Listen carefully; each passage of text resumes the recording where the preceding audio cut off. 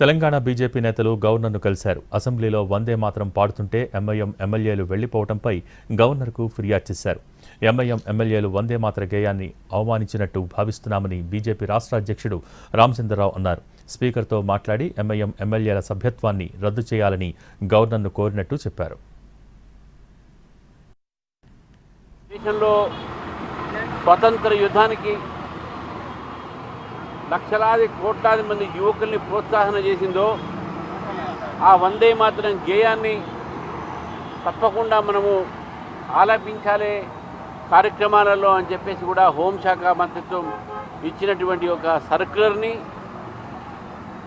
తెలంగాణ అసెంబ్లీలో ఆ వందే మాతరం చేస్తున్న సమయంలో ఎంఐఎం ఎమ్మెల్యేస్ అందరూ కూడా ఆ ఎమ్మెల్యేలందరూ కూడా దాన్ని బేఖతరు చేస్తూ అవమానిస్తూ సభ నుంచి ఆలాపించే సమయంలో వెళ్ళిపోయారు.